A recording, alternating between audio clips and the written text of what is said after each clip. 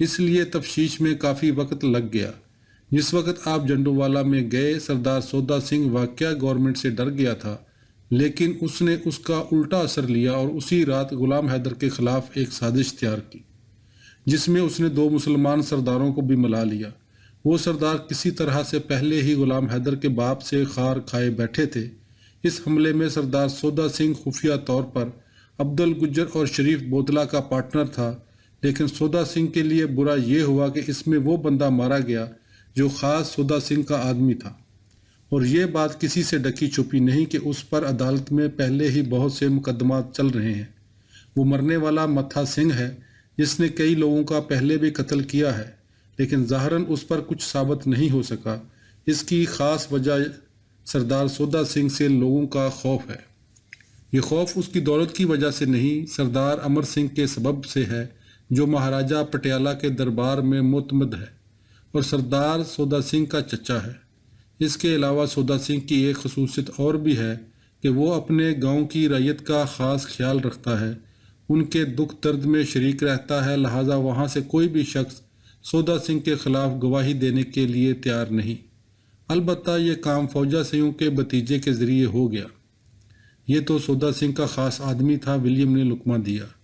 جی سر، اور اسی وجہ سے اختلاف پیدا ہوا، لوئس نے وضاحت کی۔ یہ جو کچھ بھی ہوا ہے فوجا سنگھ اس تمام واردات کے خلاف تھا، لیکن سودا سنگھ کے دوسرے آدمیوں نے اس کی نہیں چلنے دی۔ اسی وجہ سے ان کے درمیان تلخی پیدا ہوئی، جس میں فوجا سنگھ کے بھتیجے نے اپنی اور اپنے چچا کی سبکی محسوس کی، اور اس نے تمام حالات کی مخبری تھانے دار دیدار سنگھ کو کر دی، جو اس نے میرے گوش گزار کر دی۔ اب کیا کرو گے ان کا؟ ولیم نے بیل کا بٹن دباتے ہوئے کہا۔ آپ جو حکم دیں گے ویسے ہی ہوگا، لوئس نے ولیم کی خوشنودی کے لیے مکمل تابعداری سے کہا۔ اتنے میں ولیم کی بیل پر کرم دین اندر داخل ہوا، جس کے آتے ہی ولیم نے حکم دیا، کرم دین 2 کپ کافی بنا لاؤ۔ حکم سنتے ہی کرم دین باہر نکل گیا۔ ولیم لوئس سے دوبارہ مخاطب ہوا، لوئس، اگر آپ کے خیال میں میرے جنڈووالا میں دورہ کرنے کی وجہ سے یہ بعد والا سانحہ پیش آیا ہے، تو اب میرے حکم دینے کی وجہ سے ایک اور سانحہ پیش آ سکتا ہے۔ چنانچہ بہتر یہی ہے آپ مجھے بتائیں اب آپ کیا کرنے والے ہیں، لیکن اس سے پہلے دیدار سنگھ کو معطل کر دو، ہماری حکومت میں ڈرپوک آدمی کا کام نہیں ہے۔ سر، ایک بات طے ہے، لوئس نے ولیم کے لہجے میں چھپی ہوئی گہری طنز کو محسوس کرتے ہوئے کہا، وہاں پر ہمیں سردار سودا سنگھ نہیں ملے گا، وہ پٹیالہ چلا گیا ہے، لیکن کل میں ایک سخت کارروائی کرنے کے لیے خود جنڈووالا جا رہا ہوں۔ پہلے مرحلے پر سردار سودا سنگھ کا تمام مال مویشی ضبط کر لیے جائیں گے، کچھ لوگوں کو ہراساں کرنے کے لیے گرفتار بھی کیا جائے گا، تاکہ لوگ خوف میں مبتلا ہو کر حکومت کے سامنے وہ کچھ بول دیں جو وہ عام حالات میں کہنا پسند نہیں کرتے۔ یہی کچھ عبد الگجر کے ساتھ کیا جائے گا۔ یقیناً وہ خود تو ابھی روپوش ہے، لیکن ہمارے پاس اس کا خاص گواہ بلا کمبوہ اہم ثبوت ہے، جس کو زخمی حالت میں چکشا پور سے گرفتار کیا گیا ہے۔ اب رہا تھانے دار دیدار سنگھ، تو اسے آپ کے حکم کے مطابق ابھی معطل کر دیا جائے گا۔ گڈ لوئس، ولیم نے مطمئن انداز سے کافی کا گھونٹ لیتے ہوئے کہا، جو کچھ ہی دیر پہلے کرم دین وہاں رکھ کر چلا گیا تھا، اور یہ بات بھی یاد رہے کہ میں آئندہ کسی بھی ایسے واہیات واقعے کا متمحل نہیں ہو سکتا۔ نہ ہی میری سروس اجازت دیتی ہے کہ تحصیل میں روز روز اس طرح کے تماشے ہوتے رہیں۔ میں کل صبح 7 بجے ہی فیروز پور نکل جاؤں گا اور کل شام تک لوٹ آؤں گا۔ آپ پرسوں پوری تحصیل کی پولیس کے افسران کو میٹنگ پر بلاؤ۔ میں دیکھنا چاہتا ہوں جلال آباد میں کون کون سے سورمے بستے ہیں اور وہ کس طرح یہاں فساد برپا کر رہے ہیں۔ اتنا کہہ کر ولیم اٹھ کھڑا ہوا اور اس کے ساتھ ہی ڈی ایس پی لوئس بھی۔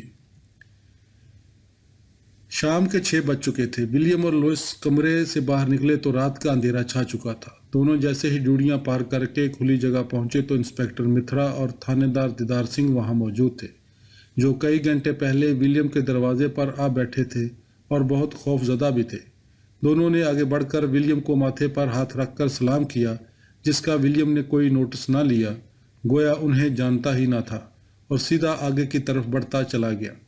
حالانکہ کچھ دن ہی پہلے انسپکٹر متھرا کے ساتھ ولیم نے ایک لمبا سفر بھی کیا تھا، جس میں بہت سی باتیں بھی ہوئی تھی۔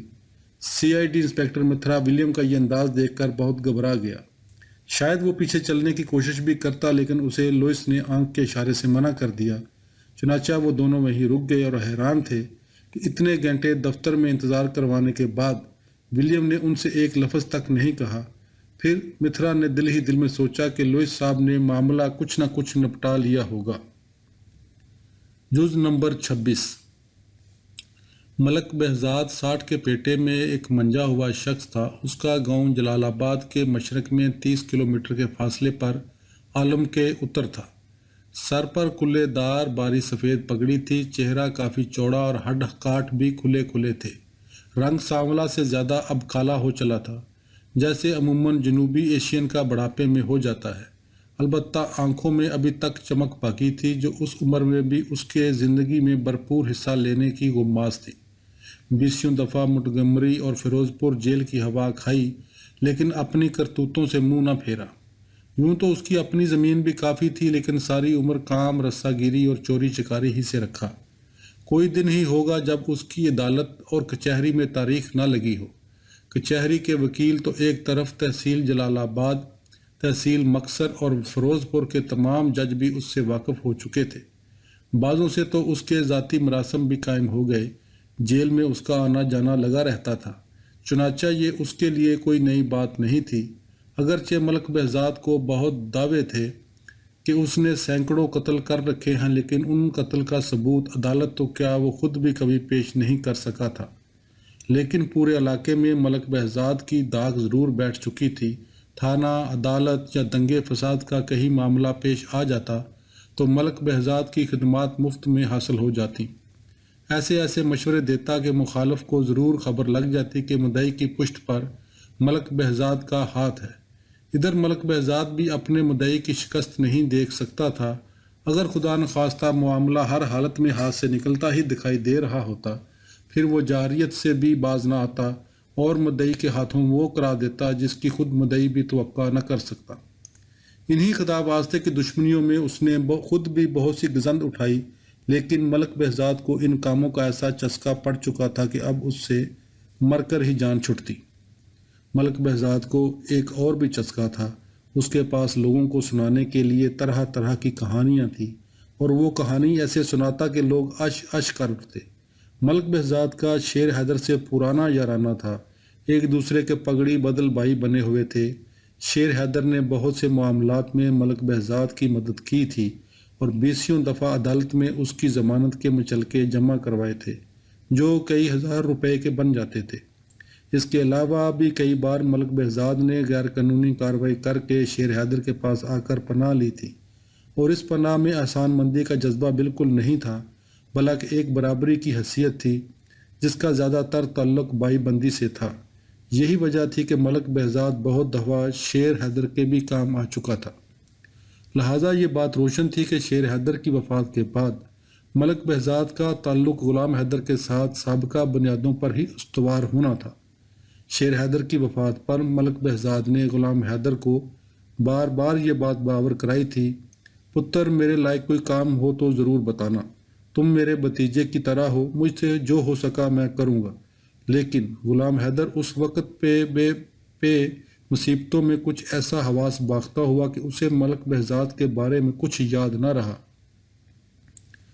مگر شاہپور والے واقعے میں اچانک غلام حیدر کو اپنے اس رفیق کا خیال آیا، جو دراصل اسے اس مصیبت سے نکالنے کے لیے صحیح مہرہ ثابت ہو سکتا تھا، اور برسوں کی رفاقت کے باعث اس سے کچھ دھوکے کا اندیشہ بھی نہیں تھا۔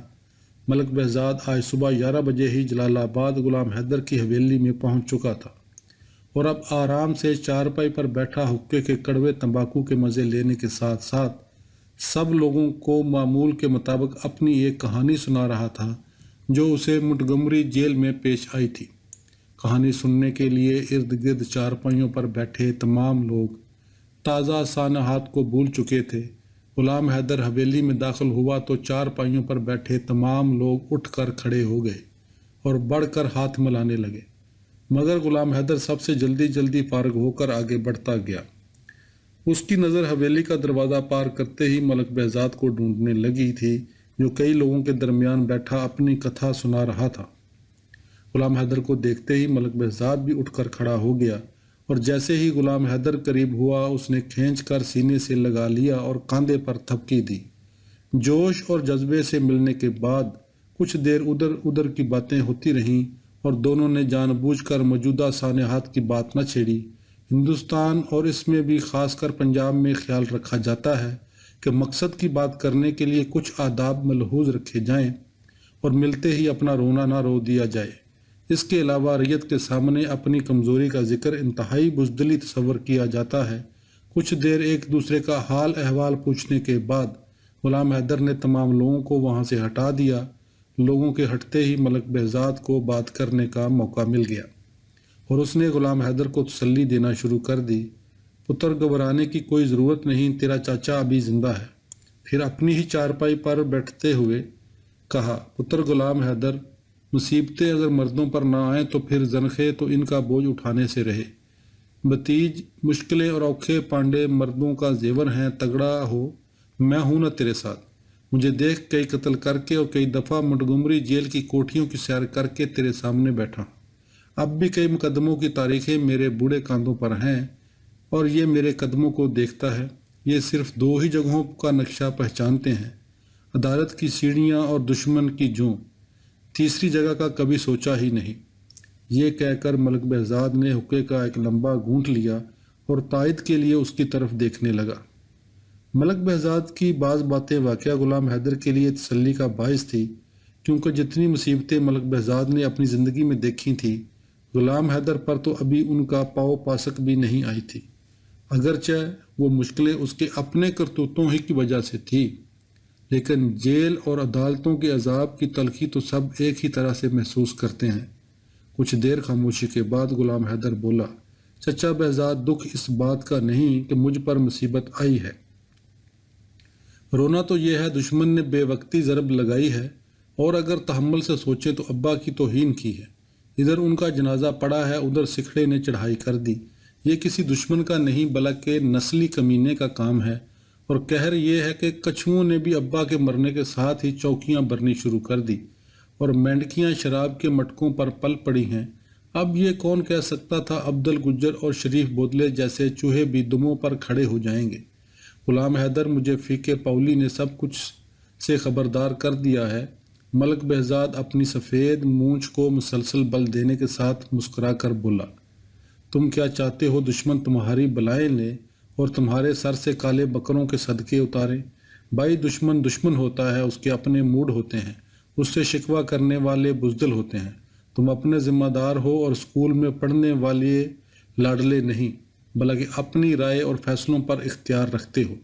اس لیے اب دشمن سے شکوہ یا بچاؤ نہیں، اس پر جارحیت کا سوچو، کیونکہ بچاؤ کمزور کرتا ہے اور آگے بڑھ کر حملہ کرنا مردوں میں حوصلے کا باعث ہوتا ہے۔ یہی شیروں کا کام ہے۔ یہ شریف بودلہ اور عبدل گجر تو کیڑوں کی طرح مسلے جائیں گے۔ افسوس تو ان 3-4 بے گناہوں کا ہے جو بیچارے تیری دشمنی میں کام آ گئے۔ خیر، یہ تو ہوتا ہی ہے کہ مردوں کو اپنے رشتوں کے دکھ اٹھانے پڑتے ہیں۔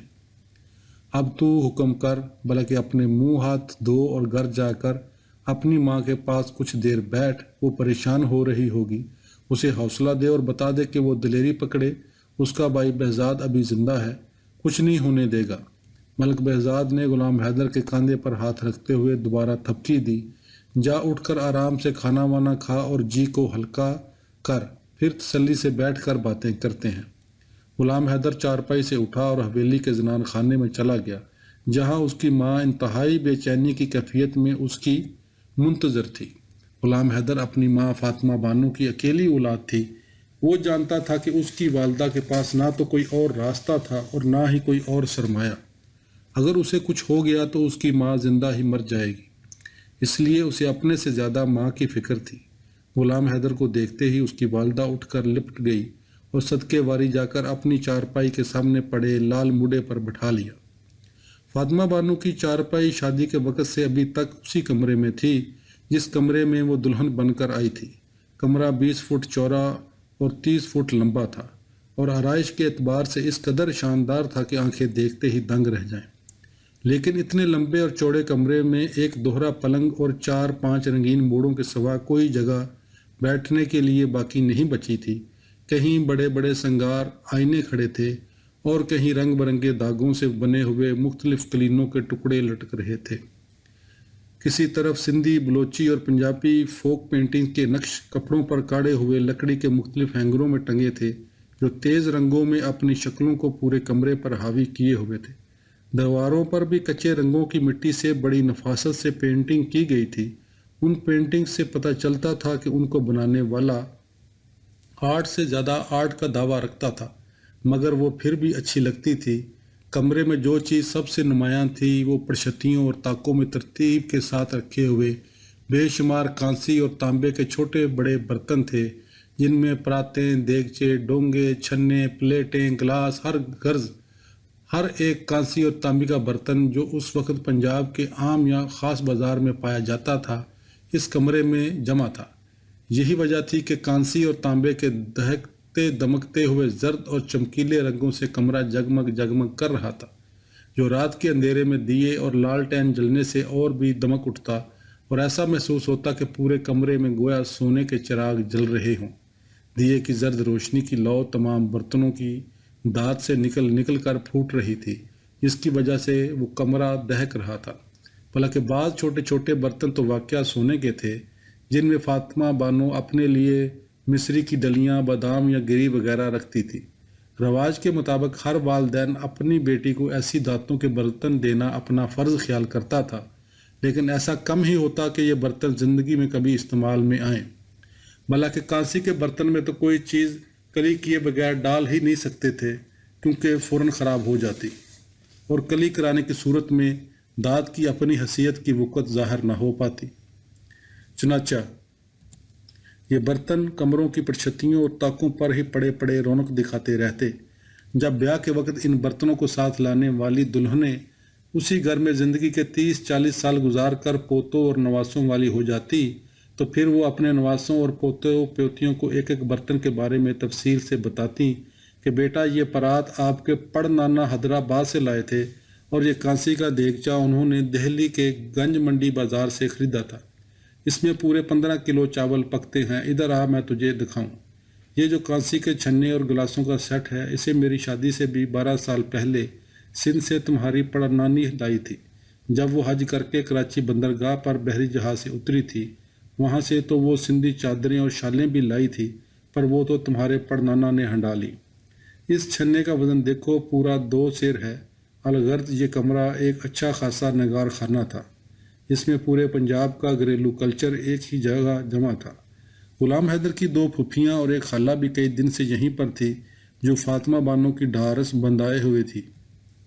ان کے علاوہ بھی خاندان کی کئی لڑکیاں اس وقت سے گھر میں موجود تھیں، اور اس کے اکیلے پن کو انہوں نے کسی حد تک دور بھی کر دیا تھا، مگر بیٹے کے ساتھ مل کر اسے ایک گنا سکون سا آ جاتا اور دل ہلکا ہو جاتا۔ غلام حیدر نے والدہ کی کیفیت سمجھتے ہوئے کہا، اماں گھبرانے کی کوئی بات نہیں ہے، میں نے چاچے بہزاد کو چک عالمکہ سے بلا لیا اور وہ خود ہی اس سارے مسئلے کو سنبھال لے گا۔ ملک بہزاد کا نام سن کر فاطمہ بانو ایک دم چونک گئی اور بولی، ہائے ہائے بیٹا، اس گنڈے کو تو صلح صفائی سے کوئی تعلق ہی نہیں، یہ کسی اور ہی پھڈے میں نہ ڈال دے۔ تم نے اس کو کیوں بلایا ہے؟ یہ تو نہ خود بیٹھتا ہے اور نہ کسی کو بیٹھنے دیتا ہے۔ اس کا معاملہ تو چوروں نالوں پنڈ کالی والا ہے۔ میں کہتی ہوں اسے واپس بھیج دے اور ان ظالموں کو کچھ دے دلا کر صلح کر لے۔ ہمارے پاس اللہ کا دیا سب کچھ ہے، اس کے فضل سے کون سی کمی ہے؟ فاطمہ بانو کی بات ختم ہوئی تو غلام حیدر کی پھوپھی نے اپنا دوپٹہ درست کیا اور رنگین موڑا جس پر وہ بیٹھی تھی اسے مزید آگے سرکا کر جھکی اور اپنی نصیحت چھیڑ دی۔ بیٹا، تیری ماں ٹھیک کہتی ہے، تیرے باپ شیر حیدر کی بات اور تھی، تیری بات اور ہے۔ یہ گنڈوں سے مقابلہ اور لڑائی بڑائی ہمارا کام نہیں ہے۔ دیکھ، تو پڑھا لکھا ہے، یہ لوگ جو تیری جان کے دشمن ہوئے ہیں، ان ڈنگروں سے تیرا کیا لینا دینا؟ تو ان کو ان کے حال پر چھوڑ اور زمین کسی کو ٹھیکے یا گہنے پر دے کر لاہور چلا جا، چاہے تو پاک پتن آ جا۔ اور اب فیروز پور اور جلال آباد تیرے رہنے کے قابل نہیں رہا، تو نے اندھیر سویر آنا جانا ہوتا ہے، اور میں جانتی ہوں تیری ماں کس طرح سولی پر لٹکی رہتی ہے۔ یہ سچ کہتی ہے، ملک بہزاد سے تو کوئی واسطہ نہ رکھ، یہ تجھے کسی اور ہی پھڈے میں پھنسا دے گا۔ غلام حیدر جانتا تھا کہ اماں اور پھوپھیوں کو سمجھانا بیکار تھا۔ وہ عورتیں ہونے کے ناطے سے اپنی جگہ پر سچی بھی تھیں، لیکن ان کی دی ہوئی صلاح پر سوچنے کی حد تک تو ٹھیک تھا، عمل کرنا ناممکن تھا۔ زمینوں، مال مویشی اور رعایا کو بے وارث چھوڑنے کا مطلب یہ تھا کہ عزت وقار زمین میں سب کچھ سے ہاتھ دھو بیٹھنا اور اپنے شیر حیدر کے نام تک کو ڈبو دینا، جو کسی طرح بھی گوارا نہ تھا۔ مگر اس وقت ان سے بحث کرنا بھی فضول تھا، اس لیے غلام حیدر نے اپنی اماں اور پھوپھی کو دلاسا دیتے ہوئے اپنی ماں کا ہاتھ پکڑ کر کہا، اماں جیسے آپ کہیں گی وہی کروں گا، فکر نہ کریں، میں ان سے کوئی تعلق نہیں رکھوں گا۔ فی الحال تو مجھے بھوک لگی ہے، جلدی سے روٹی دے، آپ کے ساتھ بیٹھ کر روٹی تو کھا لوں۔ فاطمہ بانو نے غلام حیدر کی اس قدر اطاعت گزاری دیکھی تو باغ باغ ہو گئی، گویا سارے مسائل ایک لمحے میں حل ہو گئے۔ اس خوشی میں اس نے فوراً ملازمہ کو آواز دی، نی سلامتے، جلدی نال غلام حیدر واسطے تے ساڈے واسطے روٹی لے آ، میں اپنے پتر نال بہ کے روٹی تک کھا لاں۔ سلامت بی بی نے کھانا تپائی پر لگا دیا، پھر غلام حیدر، اس کی ماں، دونوں پھوپھیاں اور خالہ نے مل کر کھانا کھایا۔ کھانے کے دوران بھی غلام حیدر نے سب سے کافی نصیحتیں سنی، جن پر وہ ایک فرما بردار بیٹے کی طرح ہاں ہاں کرتا گیا۔ اس طرح عصر کا وقت ہو گیا اور فاطمہ بانو سمیت سب گھر والوں کا بھی جی بہل گیا۔ والدہ کے پہلو میں بیٹھ کر غلام حیدر کا بھی کچھ تقدر دور ہو گیا، گویا ملک بہزاد سے صلاح مشورہ کرنے کے لیے ایک قسم کا تازہ دم بھی ہو چکا تھا۔ عصر کے وقت جو سردیوں کے موسم میں شام کے قریب پہنچ جاتا ہے، غلام حیدر حویلی کے بڑے صحن کے مہمان خانے میں آ گیا۔ مہمان خانہ ڈیوڑی نما 20 فٹ اونچی چھت والے کمرے پر مشتمل تھا، جس میں 10 چارپائیاں بچھ جاتی تھی۔ سردی کی وجہ سے سب لوگ ڈیوڑیوں میں بیٹھ چکے تھے اور حقوں کی گڑگڑاہٹوں کے ساتھ گپوں کے ہانکے چھوڑے جا رہے تھے۔ غلام حیدر کو دیکھ کر ایک دم خاموشی چھا گئی، لیکن وہ کسی کے پاس نہ رکا اور سیدھا مہمان خانے میں جا کر ملک بہزاد کے سامنے والی چارپائی پر بیٹھ گیا۔ ملک بہزاد تسلی سے حقہ پیتا رہا۔ اس دوران 2-4 لوگ ادھر ادھر کی باتیں کرتے رہے۔ غلام حیدر نے اصل بات چھیڑنے کی کئی بار کوشش کی، لیکن ملک بہزاد فوراً ہی بات کو پلٹا دے کر کسی اور موضوع کی طرف موڑ دیتا۔ جب 2 گھنٹے اسی طرح گزر گئے تو ملک بہزاد نے سب لوگوں کی طرف جو 6-4 وہاں بیٹھے تھے اشارہ کر کے کہا، لو براؤ، اب تم سب باہر جا کر تھوڑی دیر کے لیے تازہ ہوا کھاؤ، میں اپنے بھتیج سے کچھ دکھ سکھ کی باتیں کر لوں، بڑے عرصے سے مل کر بیٹھنے کا موقع ہی نہیں ملا۔ ملک بہزاد کی بات سن کر سب لوگ اٹھ گئے، حتیٰ کہ رفیق پولی بھی اٹھ کھڑا ہوا اور کہنے لگا، میاں بہزاد میں بھی چلتا ہوں، اب کل ملیں گے، آج کافی تھک گیا ہوں، اس لیے جلدی نیند آ رہی ہے۔ وہ جان گیا تھا ملک بہزاد غلام حیدر کے ساتھ دراصل اکیلے ہی میں بات کرنا چاہ رہا ہے۔ سب اٹھ گئے تو ملک بہزاد نے اٹھ کر اس لمبے چوڑے کمرے کے دروازے کی دونوں بلیاں چڑھا دیں اور آ کر تسلی سے اپنی چارپائی پر بیٹھ گیا، جس پر ریشمی گدا بچھا کر پائنتی روئی کی ایک موٹی اور صاف ستھری رضائی رکھی ہوئی تھی۔ ملک بہزاد نے گول تکیے کے ساتھ ٹیک لگا کر رضائی اپنے قدموں کے اوپر سے لا کر کمر تک اوڑھ لی، پھر حقے کی نئے منہ میں لے کر ایک کیف آفری سوٹا لگایا۔ اس کے بعد 1-2 لمحے خاموشی سے غلام حیدر کی طرف دیکھ کر بولا، جی پتر غلام حیدر، اب بتا، اب صرف دیواریں سن رہی ہیں اور کھل کے بتا کہ اب ارادے کیا ہیں۔ غلام حیدر جو پہلے چارپائی کے کنارے پر پاؤں لٹکائے ملک بہزاد کو دیکھ رہا تھا، اب گفتگو شروع کرتا ہے۔ نئے آرام سے اپنے جوتے اتار کر دونوں ٹانگیں اوپر کر لیں اور کہنے لگا، چاچا بہزاد، آپ کو بلانے کا آخر کوئی مقصد تو ہوگا، اور جو مقصد ہے اس کو حاصل کرنے کے لیے آپ کا وجود اسی لیے ناگزیر ہے کہ مجھے شکست قبول نہیں، اور یہ فیصلہ میں نے کافی سوچ سمجھ کے کیا ہے۔ ملک بہزاد غلام حیدر کی بات سن کر ہلکا سا مسکرایا، پھر نہایت سنجیدگی سے بولا، نتیجے میں مجھے آپ سے کچھ باتوں کے جواب سیدھے سیدھے چاہیے، اس کے بعد میں اپنی رائے دوں گا کہ اس قضیے میں کیا کرنا ہے۔ میری طبیعت سے تو اچھی طرح واقف ہے، اگر تیرا باپ بہشتی زندہ ہوتا تو اس سے یہ باتیں کرنے کی نوبت پیش نہ آتی، لیکن سچی بات یہ ہے کہ جب تک میں اپنی راہ آپ کے ساتھ صاف نہ کر لوں، اس وقت تک یہ فیصلہ کرنا مشکل ہے کہ مجھے کیا کرنا ہے۔ اب پہلے مجھے تو یہ بتا کہ اگر میں تیرے ساتھ نہ ہوں تو پھر تو کیا کرے گا؟ میں نے FIR درج کروا دی ہے دونوں قضیوں کے بارے میں، ڈپٹی کمشنر نے مجھے انصاف کی توقع بھی دلائی ہے، لیکن میں اس سے زیادہ مطمئن نہیں ہوں اور کچھ مزید کرنا چاہتا ہوں، لیکن میری سمجھ میں نہیں آتا کہ کیا کروں۔ تیرے خیال میں ایف آئی آر کا نتیجہ کیا ہوگا؟ ملک بہزاد نے غلام حیدر کی آنکھوں میں جھانکتے ہوئے پوچھا۔ اس سے یہ ہوگا کہ حکومت مجرموں کو پکڑنے کی پابند ہوگی، پھر ان ملزموں کو گرفتار کر لیا جائے گا۔ میرا تو یہی خیال ہے۔ اچھا، اب یہ بتا کہ ملزم گرفتار ہونے کے بعد اپنی ضمانت کی کوشش کریں گے یا آرام سے اپنے آپ کو جیل میں سڑنے دیں گے؟ وہ اپنی ضمانت کروانے کی کوشش تو ظاہر ہے کریں گے۔ اگر ضمانت ہو گئی تو پھر مقدمہ چلے گا۔ پھر اس کے بعد ظاہر ہے وکیل کیے جائیں گے، گواہ پیش ہوں گے، پیشیاں ہوں گی۔ کبھی تم نہیں جا سکو گے، کبھی ملزموں کی طرف سے حاضری نہیں ہوگی۔ موسم آئیں گے، گزر جائیں گے، جج بدلیں گے، پرانے جائیں گے، نئے آئیں گے۔ سفارشیں چلیں گی، کبھی ان کا پلڑا باری، کبھی آپ کا پلڑا باری، اور یوں برسوں کا پینڈا نکل جائے گا۔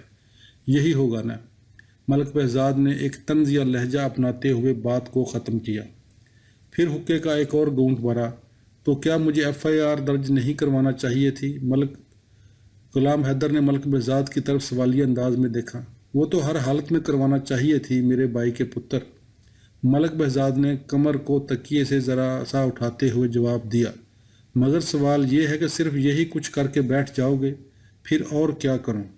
اسی لیے تو آپ کو زحمت دی گئی ہے۔ دیکھو غلام حیدر، ملک بہزاد ایک دم سیدھا ہو کر بیٹھ گیا، جس کا مطلب تھا کہ اب وہ غلام حیدر کو اپنا مشورہ تفصیل کے ساتھ دینے کے لیے تیار ہو گیا ہے۔ تیرے 3 آدمی قتل ہو چکے ہیں، 2 گاؤں پر حملہ ہوا ہے، تیری فصلیں تباہ کی جا چکی ہیں، اور مزید کی تجھے توقع رکھنی چاہیے کہ ابھی تو ابتدا تھی۔ اب رہی بات ملزموں کی، تو جن ملزموں کو پرچے میں آپ نے نامزد کیا ہے وہ گرفتار تو ہو سکتے ہیں، لیکن ان کو سزا ہرگز نہیں ہو سکتی، کیونکہ وہ 1000 طرح سے ثابت کر دیں گے کہ وہ تو موقع پر موجود ہی نہیں تھے، نہ ہی ان قضیوں میں ان کی ایمان شامل تھی۔ تیرے گواہ کبھی یہ ثابت نہیں کر سکتے کہ جو تیرے آدمی قتل ہوئے ہیں وہ بالکل عین انہی کی ڈانگوں اور برچھیوں کے وار سے قتل ہوئے ہیں۔ نتیجہ یہ ہوگا کہ پہلے ان کی ضمانت ہو جائے گی، پھر سال ہا سال کی پیشیوں کے بعد وہ بری ہو جائیں گے۔ اس کے بعد ملک بہزاد نے ایک اور حقے کا گہرا گھونٹ بھرا اور دوبارہ بولنا شروع کیا۔ یہ تو اس صورت میں ہے جب وہ تجھے آرام سے مقدمے کی پیروی کرنے کا موقع دے۔ اگر انہوں نے آئے دن آپ کی زمینوں، گاؤں اور بندوں کے اوپر مختلف سمت سے حملوں کا سلسلہ بھی جاری رکھا تو بتیجے تو مقدمے کی پیروی بھی نہیں کر سکے گا۔ یوں 1 آدھ سال میں تیری ساری سلطنت کی کمائی لٹ جائے گی اور ٹھٹھا الگ میں اڑے گا، اور یہ ٹھٹھا غیر نہیں تیرے اپنے اڑائیں گے۔ یہی تیری رعایا یا زمینیں تو تیری کاشت کریں گے اور اس کا نصف تیرے دشمنوں کو دے دے گی۔ رہی بات انگریز سرکار کی، تو یہ کبھی ہوتی تھی جب انہوں نے دلی نئی فتح کی تھی۔ اب ان کے بھی کچھ اور ہی لچھن ہیں۔ کیا تو نہیں دیکھتا یہ انگریزی بابو اور میمے یہاں کتے لڑانے، زمینیں خریدنے، کبوتر اڑانے اور کوٹھیاں بنانے کا دھندا کھلے کھیتوں کرتے ہیں، اور یہ سب عیاشیاں رشوت کے بغیر نہیں ہوتی۔ میرے بھائی کے بیٹے، یہ رشوت کا خون ان کے منہ کو بھی لگ چکا ہے۔ ہاں، ایک بات ضرور ہے، جہاں دیسی دلہا 10 لیتا ہے، یہ گورا 20 لیتا ہے۔ مول میں فرق ہے، کرتوت میں نہیں رہا۔ کیا تو نہیں جانتا؟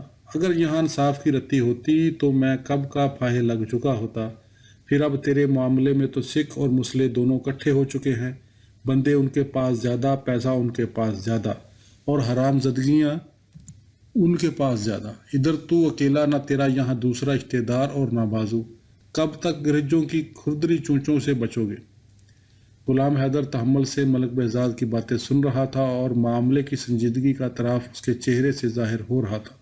ساری بات سننے کے بعد اس نے نہایت بردباری سے کہا، چچا بہزاد، ایک بات تو طے ہے کہ نہ میں اپنی سلطنت لٹنے دوں گا، اور نہ سودا سنگھ اور عبدل گجر کی سانسیں زیادہ دیر چلنے دوں گا۔ نہ ہی یہ چاہتا ہوں کہ میری رعایا میرے دشمنوں کی چلمیں بھرے۔ میں وہ کچھ کرنے کے لیے تیار ہوں کہ لوگ صرف سن کر کانپ جائیں۔ بس تو یہ بتا کہ کرنا کیا ہے؟ تو سن، ملک بہزاد بولا، سب سے پہلا کام جو آپ نے کیا ہے وہ بہت عمدہ ہوا کہ پرچوں کی ایف آئی آر میں تو نے سیدھے انہی کے نام لکھوائے جن سے ہمیں غرض ہے۔ اس سے یہ ہوگا کہ سودا سنگھ اور عبدل گجر عدالت میں خود آنے کے پابند ہیں۔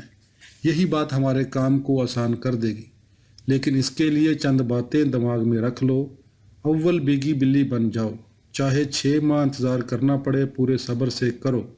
دوسری بات یہ کہ اپنے دونوں گاؤں میں اپنے لوگوں کو دن رات کے لیے ہوشیار کر دو، اس طرح کے حملے مزید بھی ہو سکتے ہیں۔ اگر ایک حملہ بھی اور ہو گیا اور اس میں تمہارا بندہ مر گیا تو رایا دل چھوڑ دے گی، پھر تم چاہتے ہوئے بھی کچھ نہیں کر سکو گے۔ تیسرا کام یہ کرو کہ اپنے تمام مال اور مویشی یا تو اپنے رشتہ داروں کے ہاں بیچ دو یا بیچ دو، اور کوئی چیز جو کھلے بازار میں بک سکتی ہے وہ تیرے گھر میں نہیں ہونی چاہیے۔ چوتھا یہ کہ اپنی ریفل کی گولیاں جتنا خرید سکتے ہو خرید لے، لیکن اس کی نمائش کم کر دے اور گورنمنٹ کا بار بار دروازہ کھٹکھٹاؤ۔ اسے کہو جو میرے ساتھ ظلم ہوا ہے اس کا حساب لے کر دو۔ اس کے علاوہ بگیوں پر سفر کرنا چھوڑ دے۔ والدہ کو ان کے پیکے چھوڑاؤ، بلکہ ایسی جگہ بھیج دو جس کے بارے میں کسی کو بھی پتہ نہ ہو، تاکہ تجھے دوسری پریشانی کا سامنا نہ ہو۔ اتنا کہنے کے بعد ملک بہزاد کچھ دیر کے لیے خاموش ہو گئے۔ اس خاموشی کے وقفے میں سے جگہ بناتے ہوئے غلام حیدر نے سوال کیا، اس کا مطلب یہ ہے کہ مجھے اپنی ذات کو تنہا کرنا پڑے گا اور تمام مصروفیات کو حویلی تک محدود کر دینا پڑے گا، لیکن زمین کے معاملات کس کو سونپوں؟ زمین کو فی الحال اپنے ہی پاس رکھ اور وقت آنے کا انتظار کر۔ ملک بہزاد نے اپنا پورا جسم لپیٹ کر رضائی کے حوالے کرتے ہوئے کہا، کیونکہ یہی زمین تجھے طاقت بھی فراہم کرے گی، اور یاد رکھ اپنے معاملات کے بارے میں اپنے خاص الخاص بندے حتیٰ کہ رفیق پاولی کو بھی آگاہ نہ کرنا، کیونکہ ملازم خیانت کار نہ بھی ہو تب بھی کمزور ضرور ہوتا ہے۔ اس کی طاقت پر کبھی بھروسہ نہ کرنا، اس لیے کہ ملازم کی طاقت بہرحال مالک سے ادھار لی ہوتی ہے، اور ادھار لی گئی چیز کو بعض اوقات استعمال کرنے کا ڈنگ نہیں آتا، اس لیے معاملہ بگڑ جاتا ہے۔ زندگی نے مجھے تجربہ سکھایا ہے، انسان وہی کامیاب ہے جو اپنا کام اپنے ہاتھ سے کرے، جو اپنی ذمہ داری دوسرے پر ڈالے گا وہ ہمیشہ اسے ادھورا نبھائے گا۔ اس لیے سودا سنگھ اور عبدل گجر کا معاملہ کسی دوسرے کے حوالے نہ کرنا، اور یہ بھی یاد رکھنا کہ اپنا ہتھیار صرف اپنے پاس رکھنا۔ مجھے بہت سے ایسے سرداروں کے قصے یاد ہیں، وہ انہی بازوؤں کے ہاتھوں مارے گئے جنہیں انہوں نے اپنے دشمنوں کے لیے تیار کیا تھا۔ جب سب کچھ تیرے خلاف ہو جائے گا اس وقت تیرا دایاں بازو تیرے بائیں بازو کا ساتھ دے گا۔ یہ بھی یاد رہے کہ تیری مخبری پر تیرے دشمن کی مخبری غالب نہ آئے۔ اب جارحیت کی طرف قدم بڑھانے کا سلسلہ شروع کرو، اور سب سے پہلے انتخاب طاقتور دشمن کا کرو۔ کچہری اور تحصیلوں کے معاملے مجھ پر چھوڑ دو۔